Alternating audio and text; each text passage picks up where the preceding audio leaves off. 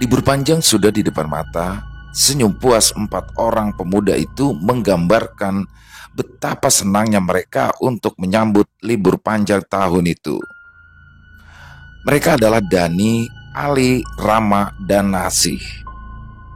Mau kemana kita? Apa kita camping saja? Ujar Dani. Gak seru lah. Masa tiap libur kita camping terus? Ujar Rama menyela. Kalian punya uang tidak? Tanya Ali. Kalau aku, masalah uang sih gampang, jawab Rama. Betul, masalah uang gampang lah, sahut Nasih yang memang anak orang berduit. Kalau begitu, bagaimana kalau kita ke kampung nenekku saja yang di Kalimantan Tengah, usul Ali kala itu. Wah, jauhnya, ujar Dani dengan suara yang nyaring. Nah, betul itu, kampung nenekmu dekat hutan kan? Ujar Nasih.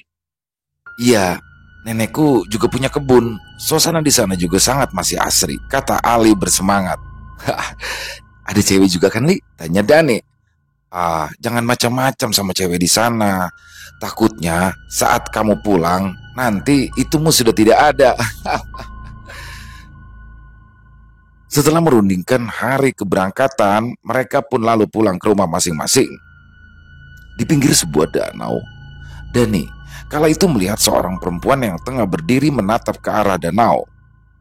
Perlahan ia melangkah untuk mendekat, namun langkahnya terasa sangat lambat. Bahkan ia hampir tidak bergerak dari tempatnya berdiri. Aneh sekali. Wajah Dani seketika pucat, keringat dingin mulai mengucur dari tubuhnya kala ia melihat banyak sekali tangan yang seolah-olah sedang menahan kakinya untuk melangkah. Dan bangun, ujar suara yang sangat ia kenal terus memanggil-manggilnya. Nafasnya terengah kala matanya terbuka dan ia mendapati sang ayah yang sudah berada di sampingnya dengan raut wajah khawatir. Kau habis dari mana? Sampai-sampai mengigau seperti itu, serang ayahnya dengan pertanyaan. Aku tidak dari mana-mana, Bah, jawab Dani masih dengan nafas tak beraturan. Makanya lain kali baca doa terlebih dulu. Jangan asal ketemu bantal lalu langsung tidur, ujar ayahnya seraya beranjak menuju pintu kamar. Mimpi apa itu? Kenapa mengerikan sekali, gumamnya. Wah, dia ini ternyata tidak sia-sia ya kita berteman dengan orang kaya, ujar Ali ketika melihat Nasih turun dari mobil. Jangan banyak omong. Aku pun terpaksa karena ayahku menyuruh si Arun ikut untuk menjagaku.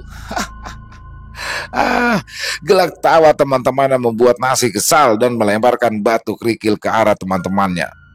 Perjalanan mereka pun diwarnai dengan candaan seru dan sesekali terdengar saling meledek antar mereka. Kita istirahat dulu di masjid itu. Mataku sudah sangat mengantuk, ujar Arun seraya memasuki gerbang masjid besar itu. Berapa jam lagi perjalanan kita, Li? Tanya Rama. Kurang lebih 18 jaman lagi. Kita bisa istirahat dulu di sini. Aduh, masih lama sekali, gerutu Dani. Ya mau bagaimana lagi, karena perjalanannya memang jauh, sahut Ali seraya merebahkan tubuhnya di atas lantai masjid yang terasa sangat dingin itu. Nasih dan Rama pun sudah terlelap dalam tidurnya. Tampaknya mereka memang sangat kelelahan akibat perjalanan yang sangat panjang tersebut. Ali duduk sambil sesekali menguap. Meski mengantuk, ia tak mau ikut tertidur sebab walaupun di tempat itu terasa aman, tapi tetap ia perlu waspada. Kau tidak tidur, Li? Tanya Arun. Ya, jaga-jaga, takutnya ada sesuatu yang terjadi kalau kita semua tidur. Oh, baik, ya sudah. Kalau begitu, kau tidur saja, Li. Biar gantian aku yang jaga, ujar Arun, dan tanpa disuruh dua kali, Ali pun lantas merebahkan tubuhnya di lantai dan untuk beberapa saat kemudian ia sudah terhanyut di alam mimpi. Dan saat masjid mulai ramai didatangi oleh orang-orang yang akan melaksanakan sholat subuh, mereka pun lantas kembali melanjutkan perjalanan. Sekitar pukul 8 pagi, mereka semua pun mampir di sebuah warung untuk sekedar makan dan juga beristirahat. Selesai makan, perjalanan pun kembali dilanjutkan. Ternyata benar-benar jauh, keluh Dani. Jangan terlalu sering mengeluh, Jangan sampai kuturunkan di jalan nantinya. Setelah melewati perjalanan panjang itu, akhirnya mereka pun tiba di kampung neneknya Ali. Rasa lelah mereka akhirnya terbayarkan dengan keindahan alam yang ada di kampung itu. Sebuah kampung yang berada di pinggir sungai yang sangat jernih dan dipenuhi dengan pohon-pohon di sekitaran. Mereka pun juga disambut ramah oleh neneknya Ali yang terlihat masih sangat lincah. Aduh, serunya cucuku datang bersama teman-teman. Senang sekali rasanya. Libur kan, Cu? Berarti kalian bisa tinggal lama di sini. Ya, Nek, kami paling lama di sini 1 minggu ya, Nek, jawab Ali. Loh, masa cuma 1 minggu saja? Asal kamu tahu, nenek ini sudah lama sekali menunggumu. Cucu nenek yang ganteng, badannya pun sekarang sudah tinggi sekali. Ali pun tersipu malu dipuji seperti itu oleh neneknya, sementara teman-temannya pun langsung mencibir dan membuang muka untuk menahan tawa. Kalian sudah lapar? Sebentar ya, nenek masak makanan dulu. Wah, si ganteng, ejek Dani setelah neneknya Ali beranjak ke dapur. Nanti kita mandinya langsung turun ke sungai kan ganteng? Tanya Rama sambil mengedip-ngedipkan matanya. Stop jangan mengejek seperti itu. Geli tahu, ujar Ali akhirnya yang langsung disambut gelak tawa teman-temannya. Rama, nasi, ayo terjun, teriak Dani yang kala itu sudah lebih dulu berada di dalam air. Airnya dingin gak? Tanya Nasi. Apa mau kumasakan air dulu? Tanya Ali mengejek, dan setelah mandi di air sungai yang jernih tersebut, mereka pun kala itu langsung disuruh makan oleh neneknya Ali yang mana juga sudah selesai menyiapkan makanan. Di dapur yang beralaskan tikar dari anyaman rotan tersebut terlihat juga ada sebuah jendela besar yang mengarah langsung ke arah sungai. Wah, enaknya, ujar Rama kala ia melihat hidangan yang tersedia. Ada sesangan udang sungai, nasi panas, teh manis, sambal terasi, oseng umbut, dan juga ikan baung goreng. Nenek Ali pun tersenyum menatap Ali dan teman-temannya yang memakan masakannya dengan sangat lahap. Selesai makan, mereka pun lalu beristirahat sambil mendengarkan cerita-cerita seru dari neneknya Ali yang bernama Nenek Diah. Nek, di mana tempat yang nenek ceritakan itu, Nek? Tanya Nasi. Oh, kalau itu lumayan jauh jaraknya dari sini. Nenek bisa kasih tahu nggak detail tempatnya? Tanya Nasi lagi. Buat apa? Jangan pernah sekali-kali ke sana. Apalagi kalian itu orang baru. Tidak, Nek. Kami tidak ada niat ke sana kok. Ya, sekedar bertanya saja, jawab Nasi. Bagus, tidak usah ke sana. Kalau kalian ke sana, sama saja dengan mencari penyakit. Semilir angin malam itu pun terasa sejuk dan menyegarkan. Keempat pemuda itu masih duduk-duduk dan mengobrol satu sama lain di teras depan rumah tersebut. Sementara itu Arun sudah terlelap tidur sejak sore tadi. Di keesokan paginya, sebelum teman-temannya bangun tidur, Ali sudah meminjam 1 buah cis dari salah satu keluarganya. Ya, ia berencana akan membawa teman-temannya pergi ke sebuah ongkong atau air terjun. Ia pun juga sudah menyiapkan beras dan perlengkapan memasak lainnya yang ia pinjam dari sang nenek. Kalian ini mau kemana memangnya, Li? Tanya Nenek Biah. Mau ke ongkong nih, jawab Ali masih membetulkan letak perlengkapan yang akan ia bawa. Jangan jauh-jauh ya, jangan sampai ke hulu, pesan Nenek Biah kala itu. Ya Nek, jawab Ali dan teman-temannya serentak. Udara pagi itu terasa semakin dingin disebabkan cis yang melaju kencang melawan angin. Arun, yang memang diminta oleh orang tua Nasi untuk menjaga Nasi, juga ikut serta hari itu. Singkat cerita, teman-temannya kala itu tampak panik begitu cis yang dikemudikan Ali mulai menepi ke pinggir sungai yang terdapat banyak pohon. Dani yang kala itu duduk di paling depan berteriak histeris saat kepalanya hampir menabrak ranting-ranting pohon mondoliar yang condong ke air. Hati-hati dong, Li. Apa kamu sengaja mau mematahkan leherku? Bentak Dani. Awas, ular, Teriak Rama yang kala itu duduk di depan Harun tak kalah histeris membuat semua mata teman-temannya langsung tertuju ke arahnya. Dan ternyata memang benar, ada seekor ular pohon yang kala itu jatuh ke dalam Cis. "Jangan banyak bergerak, apa kalian ingin Cis ini karam? Hah? Ular itu juga tidak berbisa." "Ah, dasar bodoh," umpat Ali yang sangat takut jika saja sampai Cis yang sudah dipinjamnya itu karam ataupun tenggelam di sungai. Dan oleh Harun, ular itu ditangkap lalu kemudian dilemparkan ke dalam sungai.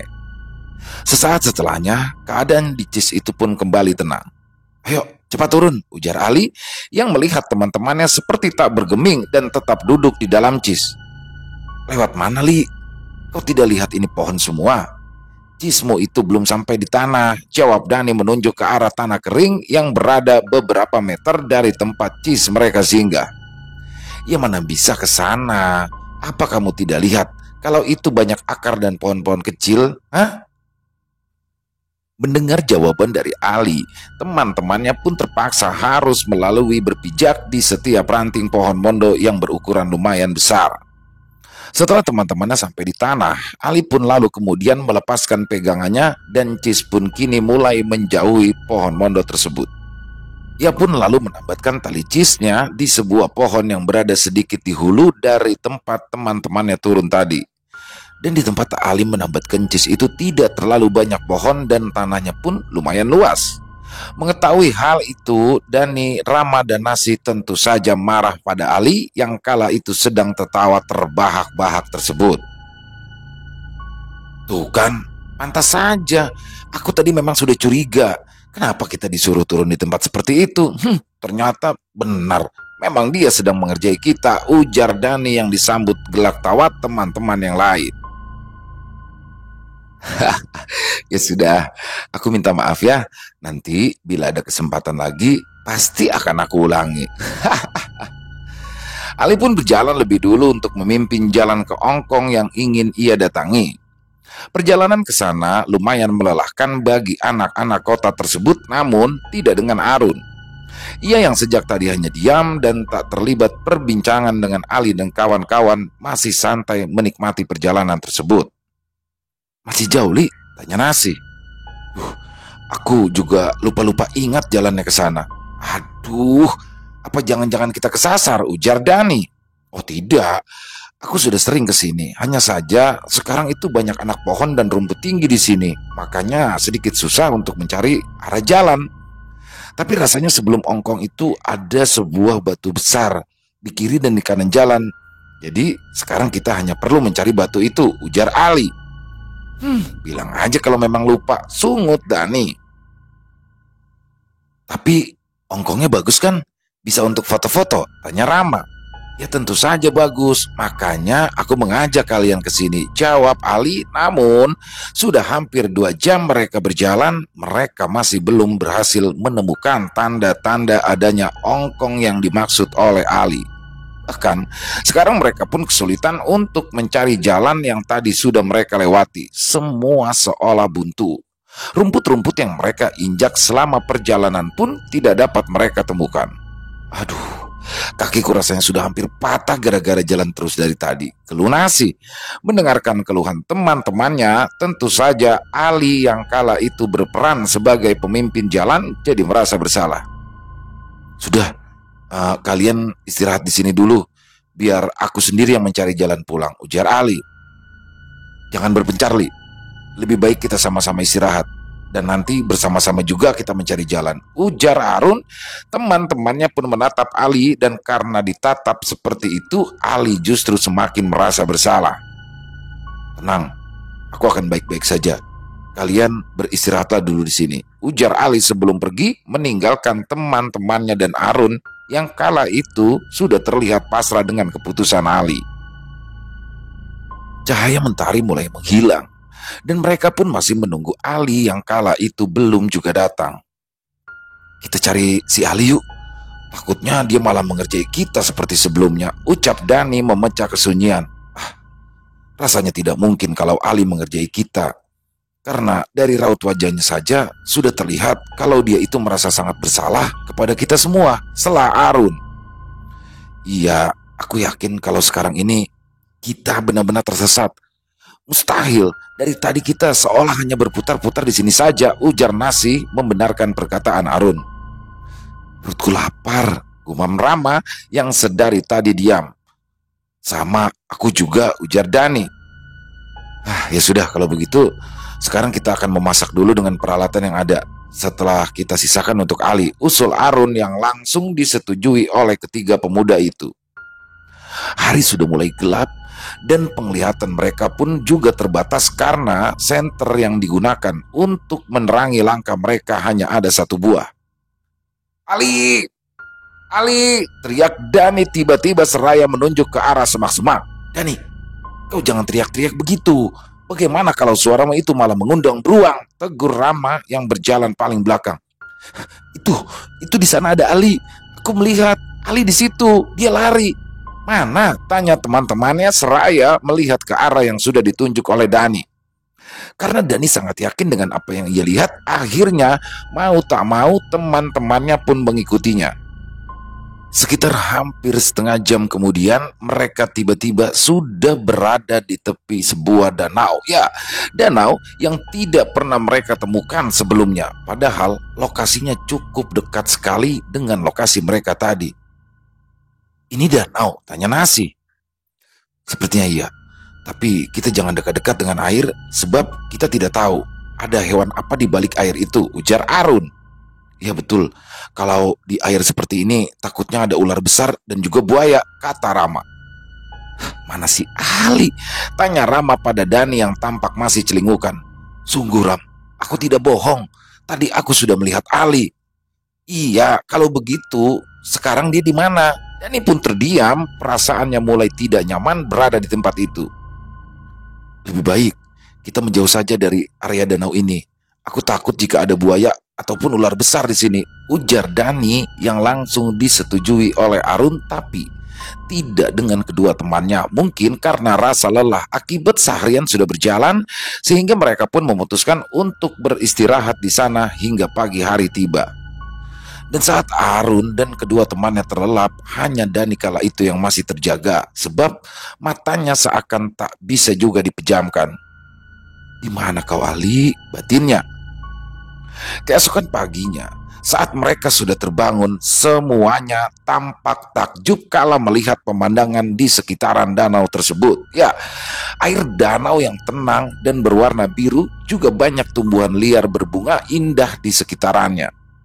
Seakan lupa jika mereka semua sedang tersesat, Nasi dan Rama terlihat senang lalu mengambil banyak sekali foto di sekitaran danau.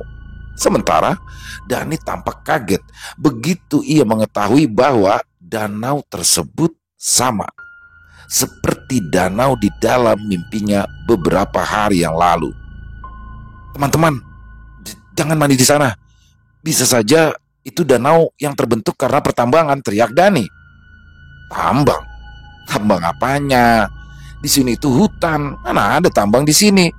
Ya setidaknya kalaupun ada tambang di sekitaran sini, ya pasti kita semua sudah mendengar aktivitas tambang ataupun ada jalan di sekitaran sini, jawab Nasi. Sepertinya kau gelisah sekali Dani, ada apa? Tanya Arun. Meskipun ragu untuk menceritakan perihal mimpinya itu, tapi akhirnya di sini Dani pun mulai bercerita juga pada Arun. Arun menanggapi cerita Dani dengan sesekali anggukan. Kadang pula ia menyipitkan matanya dan menatap Dani dengan tatapan yang aneh. Woi, woi. Sebuah suara teriakan terdengar dari segala arah. Arun kala itu lantas berdiri, mencoba menajamkan pendengarannya untuk mendengarkan suara itu dengan seksama. Lalu kemudian ia pun menjawabnya dengan nada teriakan yang sama. Woi, woi. Teriakan-teriakan itu pun akhirnya saling berbalas hingga beberapa saat kemudian muncullah Ali dari balik semak-semak. Hah, dari mana saja kau bodoh? Serang Dani. Sabar-sabar. Saat aku sampai ke Cis, tiba-tiba hujan deras. Ya, jadi terpaksa aku harus menyelamatkan mesin Cis itu dulu. Tapi hujan tadi malam sangat deras dan lama, sampai-sampai aku tidak bisa menjemput kalian, ujar Ali menjelaskan. Bohong. Tadi malam itu tidak ada hujan. Jangan-jangan kau mengerjai kami lagi ya, ujar Dani dengan lengan yang masih berada di leher Ali. Astaga, Aku serius, tidak bohong. Buat apa juga aku mengerjai kalian sampai membiarkan perutku kelaparan? Kau tahu, dari kemarin aku ini belum makan, ujar Ali. Arun pun lalu menenangkan Dani yang kala itu hampir berkelahi dengan Ali tersebut. Ia yakin jika ada yang tidak beres dengan perjalanan mereka semalam, sehingga membuat apa yang mereka berempat alami berbeda jauh dengan yang sudah dialami oleh Ali. Kalau kalian tidak percaya, kalian bisa melihat genangan air di sepanjang jalan. Bahkan air sungai pun meluap. Apa mungkin itu semua ulahku? Dan saat semuanya sudah kembali tenang, Ali pun tampak tertegun memandangi danau tersebut. Ya, bagaimana tidak? Danau itu sama persis seperti yang sudah diceritakan oleh neneknya. Kita pulang Jiu, jak Ali. Sebentar dong Li, kita foto-foto dulu di sini, kata Nasi. Apa kalian ingat tentang danau yang sudah diceritakan nenekku? Teman-temannya pun mengangguk. Jangan-jangan ini danaunya, bisik Ali. Wah, bagus dong kalau begitu. Berarti kita bisa uji nyali di sini. Tapi perasaan tadi malam aman-aman aja, tidak ada yang aneh. Itu berarti apa yang sudah nenekmu ceritakan hanyalah mitos belaka. Biar danau yang indah ini tidak dijadikan objek wisata, ujar Rama yang langsung disetujui oleh Nasi. Sudah, terserah kalian. Yang pasti aku mau pulang. Perutku sudah lapar sekali, ujar Ali. Lalu ia pun pergi meninggalkan teman-temannya yang langsung bergegas mengikuti. Selama di perjalanan pulang, mereka semua hanya terdiam meski sesekali Ali menunjukkan bukti bahwa semalam memang benar-benar turun hujan yang sangat lebat. Air sungai yang sebelumnya jernih pun sekarang menjadi sedikit keruh diakibatkan air yang meluap. Tuh, coba lihat. Aku tidak bohong kan, ujar Ali sembari memasang mesin cheese tersebut. Tak ada yang menyaut, teman-temannya hanya terdiam, seakan syok dengan apa yang sudah mereka alami. Singkat cerita, setelah mereka sampai di rumah neneknya Ali, mereka pun lebih memilih bungkam ketimbang menceritakan apa yang sudah terjadi. Namun, pada malam harinya, suasana aneh mulai mereka rasakan, terutama oleh Nasi, Dani, Rama, dan juga Arun. Dani seperti mengigau, tapi matanya melotot. Untungnya apa yang menimpa Dani tidak berlangsung lama karena setelah disiram dengan air putih, Dani pun langsung tersadar. Namun, tidak beberapa lama kemudian Rama menjerit. Ia berbicara, tapi kata-kata yang ia ucapkan sama sekali tidak beraturan. Kali ini berbeda dengan Dani. Meskipun sudah disiram dengan air, Rama juga tidak sadar. Malah ia pun semakin menjadi-jadi hingga akhirnya atas usulan dari pamannya Ali dipanggillah seseorang yang memang dikenal faham dengan hal-hal gaib untuk menyembuhkan Rama yang seperti orang kesurupan itu. Setelah usulnya disetujui oleh neneknya Ali, paman Ali pun kemudian bergegas berangkat untuk menjemput Datuh Suhib. Dan tidak lama setelahnya, paman Ali pun kembali bersama seorang lelaki parubaya, Datuh Suhib, duduk di samping Rama yang masih terus saja berbicara dengan kata-kata yang tidak difahami oleh orang lain. Kamu siapa? Dan dari mana? Kenapa mengganggu anak ini? Ujar Datuh Suhib bertanya pada Rama yang kala itu bola matanya mulai memerah. Rama pun menjerit dan lagi-lagi ia berbicara aneh, kata-katanya terdengar asing. Mendengar jawaban Rama seperti itu, Datuh Suhib pun lantas meminta sahang ataupun cahang atau lada biji pada pamannya Ali. Selain itu, beliau pun juga meminta bawang merah tunggal dan juga segelas air. Oleh Datuh Suhib, sahang itu diletakkan di bagian pergelangan belakang kaki Rama dan seketika Rama menjerit kesakitan. Ia pun terlihat juga berusaha untuk menyerang Datuh Suhib. Untungnya saat itu banyak orang yang memegangi Rama sehingga ia pun tidak bisa bergerak dengan leluasa. Bahkan tangan dan kakinya sudah diikat menggunakan kain bahalai atau kain jarik. Kekuatan Rama saat itu sangat besar. Andai kaki dan tangannya tidak diikat, mereka tentu semua akan kewalahan. Ini Palasit, seperti yang menimpa arwah Naris dulu, ujar Datuh Suhib membuat semua orang yang berada di sana sangat kaget. Kemarin itu kalian kemana, Li? Apa kalian pergi ke danau itu? Tanya neneknya Ali. Tidak, Nek. Kami tadinya mau ke Hongkong kemarin, tapi kami tersesat dan saya pun terpisah dari teman-teman. Nah, pagi harinya saat saya cari mereka, ternyata mereka sudah berada di danau.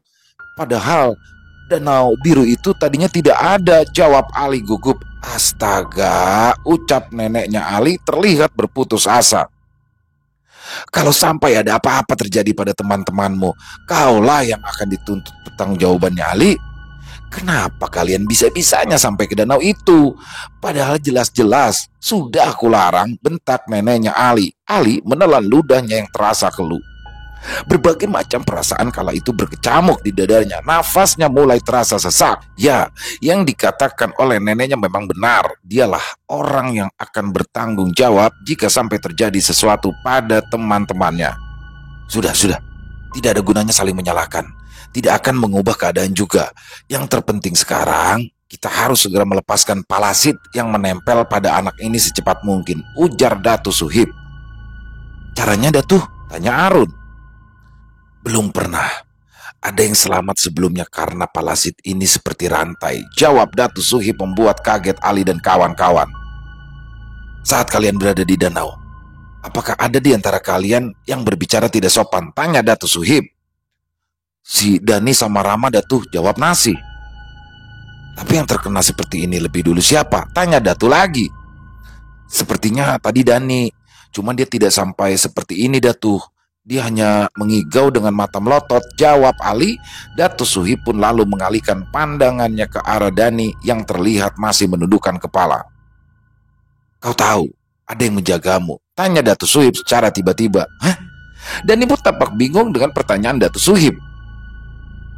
Kau tahu, kalau ada yang menjagamu, dia ikut bersamamu sedari awal. Dani pun menggeleng. Saya tidak tahu, Datu. Tapi sebelum saya ikut ke sini, saya memang pernah bermimpi melihat perempuan berdiri menghadap danau. Lalu saat saya ingin mendekatinya, banyak sekali tangan yang menahan kaki saya. Saat kami sampai di danau itu, perasaan saya memang tidak enak, cerita Dani. Anak ini memang ada yang jaga. Sosoknya kakek-kakek dengan wajah yang sebagian penuh borok. Dan sosok itulah yang menahan palasit dari danau masuk ke dalam tubuhnya, ujar Datu Suhib. Berarti Dani tadi baru hampir kena ya, Datu. Lalu sekarang bagaimana cara menyembuhkan Rama sementara kata Datu tidak ada yang pernah selamat sebelumnya? Tanya Ali. Kita akan coba mengeluarkannya secara paksa. Tapi Datu Suhib tak melanjutkan perkataannya. Tapi apa, Datu? Tanya Arun. Setelah sekian menit Datu Suhib terdiam. Tapi aku tidak menjamin jika anak ini akan sehat seperti sebelumnya. Karena kemungkinan akan ada bagian tubuh yang dirusak oleh palasit itu jika kita keluarkan secara paksa. Tapi jika dibiarkan, dia akan membunuh anak ini, ujar Datu Suhib mencoba menjelaskan. Semua yang ada di ruangan itu pun saling pandang. Masalahnya Rama tidak punya keluarga di sana. Keluarga neneknya Ali pun tidak berani untuk mengambil keputusan. Anak ini merupakan teman dari cucuku. Dia orang jauh dan kami tidak berani mengambil keputusan untuknya. Bagaimana? Datu Suhib pun menghela nafas panjang. Kalau memang begitu, aku pun juga tidak berani untuk mengobatinya. Yang aku takutkan malah nantinya akan menimbulkan kesalahpahaman pada keluarganya. Jadi kami harus bagaimana, Datu? Tanya Ali cemas. Bawa anak ini pulang. Kalau memang di sana tidak ada yang bisa mengobati, kalian bisa hubungi aku, ujar Datu Suhib. Membawanya pulang dalam keadaan seperti ini, Datu? Apa tidak membahayakan? Bagaimana kalau nanti dia lompat dari mobil? Tanya Nasi. Kalau dia mengamuk, ikat saja tangan dan kakinya dengan bahalai. Karena orang yang terkena palasit akan sangat kesulitan membebaskan diri dari ikatan bahalai. Baiklah, kalau memang begitu, kapan sebaiknya kami pulang, Datu?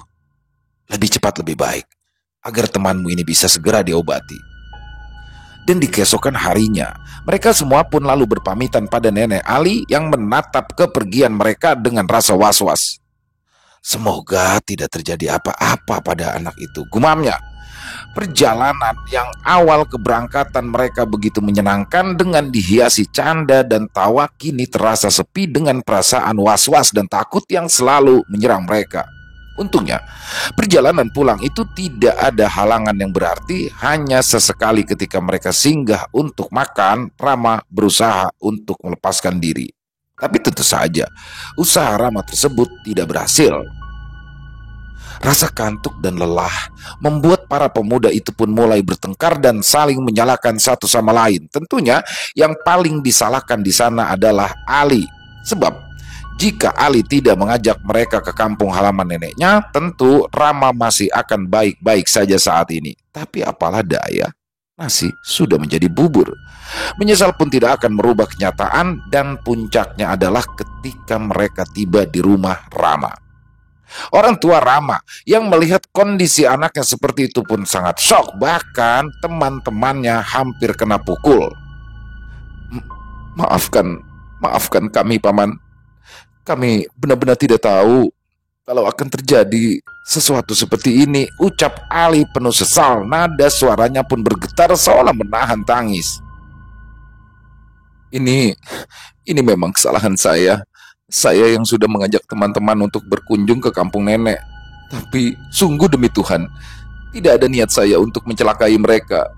Termasuk dengan apa yang saat ini terjadi pada Rama, ucap Ali lagi, dan kini ia benar-benar menangis. Cukup. Sekarang pergi dari sini semua. Dan jangan pernah lagi bergaul dengan anakku, bentak orang tua Rama seraya mengusir Ali dan kawan-kawan. Semenjak hari itu, Nasi, Ali, dan juga Dani tidak pernah lagi menengok Rama, sebab mereka akan selalu diusir jika berada di sekitaran rumah keluarga Rama. Namun, dari kabar yang didapati dari tetangga Rama, katanya keadaan Rama justru semakin parah setelah diobati. 2 minggu kemudian, sebuah kabar duka yang mengejutkan pun datang. Rama meninggal dunia pada dini hari sekitaran pukul 3. Respon pertama dari ketiga pemuda itu saat mendengar kabar duka tersebut seolah mereka tak percaya. Kaget tentu saja, perasaan takut pun membayang pada ketiganya. Ya, takut disalahkan, takut akan dendam dari orang tua Rama, takut mereka yang akan menjadi korban selanjutnya. Perasaan itu pun bercampur aduk menjadi satu sampai membuat ketiganya menjadi depresi. Dan hingga akhirnya, untuk menghindari sesuatu yang tidak diinginkan, Ali pun lalu dikirim ke kampung neneknya. Sementara Nasi disekolahkan di luar pulau dan Dani pergi merantau entah kemana. Hingga saat ini, ketiganya pun tidak pernah bertemu lagi, hanya komunikasi singkat lewat media sosial yang sempat mereka lakukan. Selesai. Wow, kisah yang sangat luar biasa. Kisah dari hutan Kalimantan selalu menarik untuk dibahas dan dapat banget ya horornya. Jadi tentang sebuah danau misterius ya, yang tadinya tidak terlihat tiba-tiba terlihat. Dan banyak sekali hikmah ya yang bisa kita ambil di dalam kisah ini. Memang lah ya, anak-anak muda itu selalu begitu. Termasuk saya juga dulunya suka begitu, suka berkata-kata yang tidak baik di tempat-tempat yang baru. Kadang-kadang seperti seolah-olah kayak ada yang sengaja seperti untuk menunjukkan jati diri supaya dibilang berani. Ada juga memang karena sudah terbiasa di pergaulan mengucapkan kata-kata kotor, kata-kata yang tidak baik, sehingga terbawa sampai ke sana. Jadi ya banyak sekali hikmah yang bisa kita ambil ya dalam kisah ini agar tetap menjaga adab, ucapan, perilaku di tempat yang baru.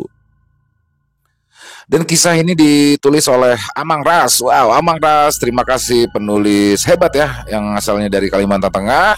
Selalu ditunggu lagi ya Amang Ras untuk kisah-kisah luar biasanya. Dan semoga kisah barusan bisa menghibur teman-teman semua, khususnya para penikmat pecinta horor, lebih khususnya lagi subscriber dari Ilo Bercerita. Dan mohon dukungannya teman-teman ya untuk channel Lelaki Sejati. Sekarang sudah mulai aktif lagi, di-upload di setiap jam 1 siang ya. Di jam 1 siang Jadi berarti ada 3 channel yang aktif dari kami.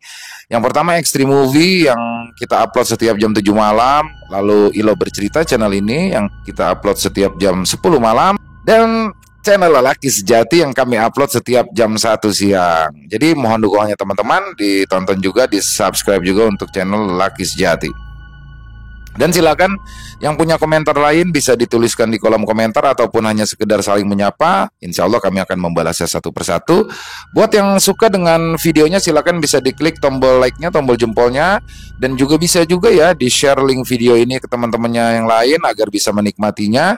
Dan yang belum subscribe jangan lupa diklik tombol merah subscribe-nya, lonceng notifikasinya juga dinyalakan agar teman-teman bisa mendapatkan notifikasi dari konten-konten yang akan kami upload selanjutnya. Dan buat teman-teman mungkin yang punya kisah horor ya, yang bertemakan horor misteri, yang berdasarkan kejadian nyata dari pengalaman pribadi, silakan bisa di-share ke kami, bisa dikirimkan melalui tulisan boleh, melalui rekaman suara atau voice note boleh, senyamannya teman-teman saja. Dan bisa dikirimkan ke nomor telepon kami yang ada di 0878 4509 4752. Kami ulangi, 0878 4509 4752. Dan yang sudah mengirimkan kisah ya, kami ucapkan terima kasih. Dan buat yang kisahnya belum dibawakan, harap bersabar karena masih dalam proses penggarapan. Apabila sudah, nanti insya Allah kita akan bawakan keseluruhan satu persatu. Dan di akhir kata saya mengucapkan permohonan maaf apabila ada kesalahan saya dalam berkata-kata. Apabila mungkin ada kata-kata saya yang kurang berkenan di hati teman-teman pendengar semua, saya mohon dibukakan pintu maaf yang seluas-luasnya karena saya hanyalah manusia biasa, tempatnya salah dan dosa. Dan sampai jumpa lagi di konten-konten kami selanjutnya yang pasti tidak kalah serunya, yang pasti tidak kalah horornya. Masih bersama saya Ilo Bercerita. Salam sehat, sukses selalu untuk kita semua. Amin amin ya robbal alamin. Wassalamualaikum warahmatullahi wabarakatuh.